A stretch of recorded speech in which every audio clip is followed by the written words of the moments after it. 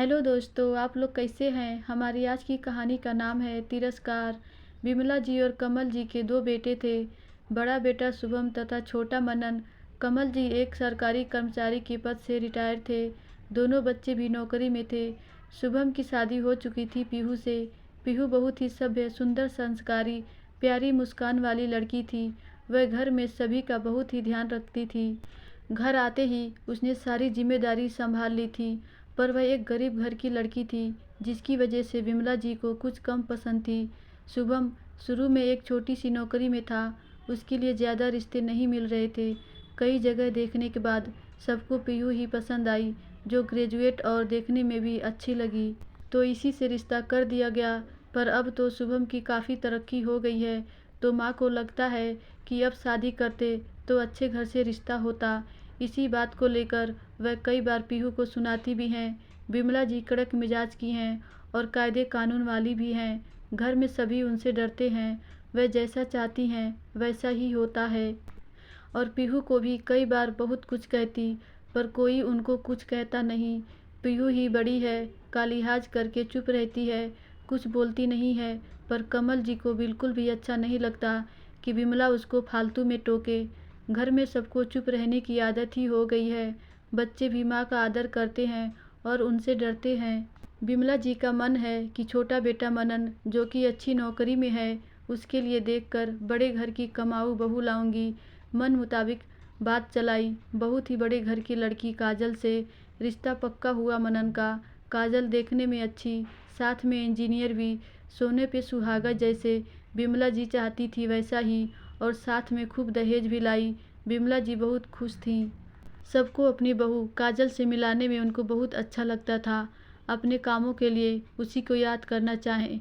काजल शुरू में खुशी खुशी काम करे, फिर ऑफिस की थकान तथा अपने मायके में बिल्कुल भी काम ना करे होने के कारण सासू माँ की बातों को अनसुना करने की कोशिश करने लगी।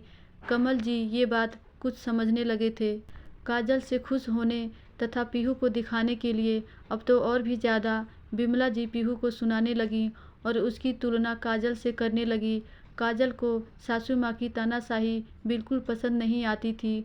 वह बहुत ही चालाक थी। उसने अपने लिए कुछ ही महीनों में दूसरे शहर में नौकरी देख ली और मनन को भी वहीं ट्रांसफ़र लेने को कह दिया और दोनों दूसरे शहर में शिफ्ट हो गए। कमल जी काजल की होशियारी समझ रहे थे, पर वह किसी से कुछ नहीं कहते थे। काजल के जाने के बाद भी विमला जी का व्यवहार नहीं बदला। पीहू सारा काम करे, समय समय पर नाश्ता खाना सब मम्मी जी पापा जी को दे दे, फिर भी उसको कोई ना कोई बात को लेकर विमला जी हमेशा सुनाती रहती। एक दिन किसी बात को लेकर वह पीहू को सुना रही थी। बहुत देर हो गई सुनाते सुनाते, तब आज जाकर कमल जी का पारा बढ़ गया। गुस्से से बोले, भाग्यवान, कभी तो चुप हो जाओ, हमेशा बड़बड़ बड़बड़ करती रहती हो। आज पहली बार कमल जी के सबके सामने इतनी तेज डांटने से विमला जी बहुत ही दुखी हुई। वो किसी से और कमल जी से भी बात नहीं कर रही थी। रात में कमल जी ने उनको मनाने की कोशिश की, पर वह नाराज ही थी। कमल जी थोड़ा गुस्सा हुए और फिर समझाते हुए बोले, तुम्हारी इसी आदत की वजह से काजल व मनन यहाँ से चले गए। अब कहीं ऐसा ना हो कि पीहू और शुभम भी हमको छोड़कर अलग हो जाएं। अपना बुढ़ापा क्यों खराब कर रही हो। ये सब बातें सुन विमला जी को जोर से सीने में दर्द उठा। उन्हें हार्ट अटैक पड़ गया था। कमल जी ने जब देखा तो उनके हाथ पैर फूल गए।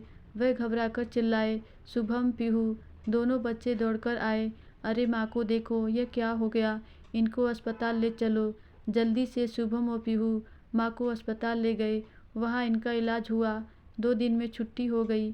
विमला जी बहुत ही कमज़ोर हो गई थी। अब पीहू घर में विमला जी का दिन रात ध्यान रखती। डॉक्टर के कहे अनुसार उनको समय समय पर दवाई, दूध, फल सब देती। जल्द ही विमला जी पूरी स्वस्थ हो चली। विमला जी को पीहू की अनवरत सेवा देख आज अपनी गलती का एहसास हो रहा था। उनको लगा, मैं कितनी गलत थी। कमल जी सही कह रहे थे। मैं तो अपनी ही हीरे जैसी बहू का तिरस्कार कर रही थी। उधर जब काजल को पता लगा कि मम्मी जी को हार्ट अटैक आया था, तो वह तो नहीं, मनन माँ से मिलकर चला गया। काजल का ऑफिस का काम था, इस वजह से नहीं आ पाई। एक दिन विमला जी रो रही थी, तभी पीहू कमरे में पहुंच गई और घबराकर पूछी, मम्मी जी क्या हुआ। कुछ नहीं, मेरे सिर में दर्द हो रहा है। लाइए मैं तेल लगा दूं। फिर उनके सिर में तेल लगाने लगी। विमला जी बोली, बेटा मेरी गलती के लिए मुझे माफ़ कर दो। मैंने तेरा बहुत दिल दुखाया है। ऐसा क्यों कह रही हैं मम्मी जी? आप बड़ी होकर मुझसे माफ़ी मांगे, ये मुझे मंजूर नहीं। आप तो मेरी माँ समान है, कह पीहू रोते हुए विमला जी के आगे आंखों के आंसू पोंछने लगी। विमला जी के मन के सारे गिले शिकवे अब आंसुओं में बह चले। उन्होंने प्यार से पीहू को गले से लगा लिया और दोनों के दिल के सारे दुख दूर हो गए। धन्यवाद दोस्तों। आशा करती हूँ ये कहानी आपको ज़रूर अच्छी लगी होगी।